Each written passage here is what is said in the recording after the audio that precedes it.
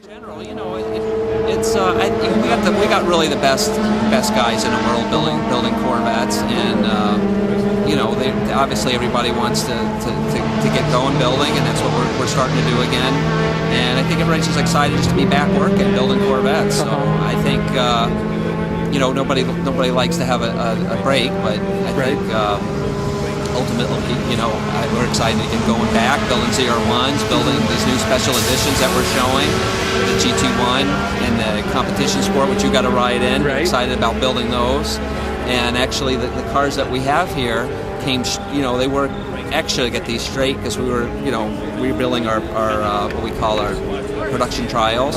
We built the first 6 of the GT1 cars. They got them all done and here in time for the race. So, and we even put miles. The car you drove, we were riding in the competition sport. You know, you don't want to put a 0-mile car on the track right away. It has to be broken in. So did they drive them down? Yeah. So we didn't have any trouble getting anybody to volunteer to put some miles on the car. How do you sign up for that? So everybody's willing to do that. So no, I think everybody at the plant is excited to be back at work, and you know, I think you know, when you work at that plant, you ever talk to somebody, you don't say, "Oh, I work for G," and they say, "I'm on Corvette." You know, everybody wants a Corvette. And what other plant? We got tours. You know, they get to meet. The tours are going to start. You know, they get to meet all the people. A lot of times they're meeting people that are seeing their car coming down the line. In some cases, so you know, that's always exciting. And a lot of times they'll even let the customer start the car. Tell me about the special editions. How do you kind of decide what you're going to do? Because you've been doing them like in the spring the last few years. How do you decide, you know, let's kind of, you know, is it like you're looking at the market segments and say, okay, this year because it's the 10th anniversary of Corvette racing, let's tie that in?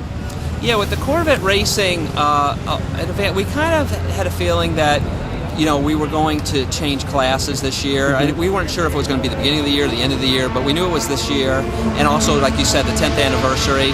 So we wanted to do something for the racing fan, something that would really commemorate all our success in this era, this GT1 or GTS GT1 era of racing.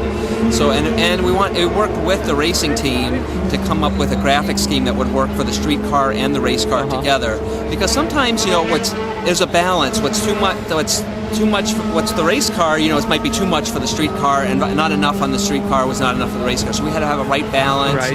So everything's kind of subtle, like the Jake on the hood. You have to, you don't see it from far away. You kind of see it at angle. It's tone on tone.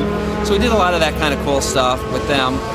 And the other special we did, the competition sport, was really a special package, and that was really inspired. You know, our team was going to the museum high-performance driving events. We went to a lot of those. Also, our partners at Bondurant and Spring Mountain, the driving schools. And, you know, a lot of our going to the different Corvette clubs, there's a lot of autocrossing. We wanted to do something that was targeted at that person that likes to do that kind of stuff, and have it packaged, you know, with the lightest version we have, the highest performance of both the Coupe and the Z06, and then adding a few fun features to it. Like on the Coupe, we got the red calipers, it's got the differential cooler, it's got the head-up display on a standard car, which normally you can't get, and also it has the competition gray theme. And then the other thing we thought would be fun to do would be the racing number, because anytime you go to these events, people have numbers and have one. So if you got it's sequenced with the build of the car. So if you're in the number 02, that was the second car that was built. So that's just something to add to the theme of the car. What do you think about that? Sometimes there's some criticism on these special editions, though. People saying, "Oh, it's just, you know, a special paint scheme or some stickers and stuff."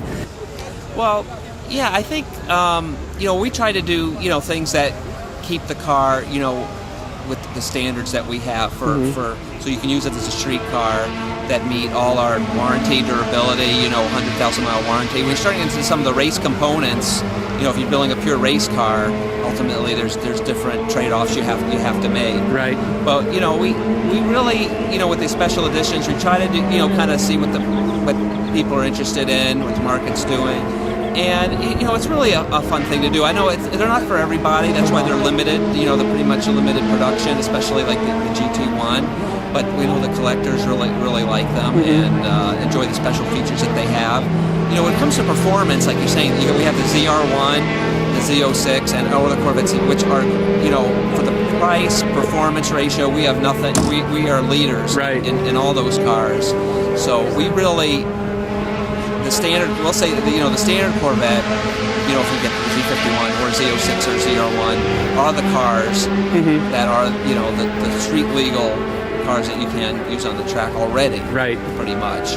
And if we could find a way, like some people would say, well, why didn't you add 5 horsepower to one of these cars or whatever? If we could do that, we'd do it on all of them. Right. I'm not going to sandbag and say, okay, we're going to save 5 horsepower for a special. We get, with like example the exhaust. We have the optional exhaust. Right. We get you 436.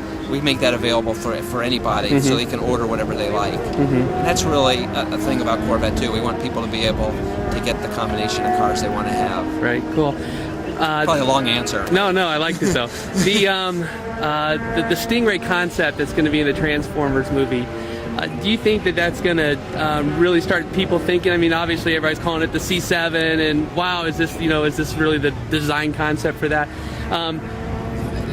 Is that kind of getting the people's juices flowing within the design group? That wow, this is people are excited to see this kind of car, so maybe we'll start doing some drawings or Well, we're always regardless, we're always thinking about the next Corvette all the time, so we don't need it. That concept was actually something that was done a while back. It's just kind of a pure concept, just kind of a what if, and it really wanted to explore the Stingray character and like updating that, and modernizing that, and we did that on the 6th generation car a little bit. We had that, but we tried to push that even further. Right. And then when the opportunity with the Transformers came out, we go, that'd be a cool car to use that people hadn't seen that was done before. So, but in terms of the next Corvette, we're always thinking of that. Now that car, I'll say, well, is not if anybody thinks that's not the C7 and the next Corvette necessarily, but there may be, we're kind of putting it out there. If there's some ideas people like about it, maybe some of the cues or styling themes may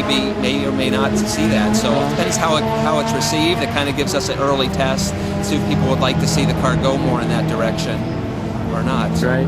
Well, speaking of the new Corvettes, I'm going to be in Bowling Green in April for the Bash, and the big word on the street is Grand Sport. Well, at the Bash, we are going to show our new 2010 models, and so we'll have probably stuff to talk about more then. Okay. So that's all I'll say for now. Right, I appreciate it. Okay, I'm Harlan Charles, and you're at CorvetteBlogger.com.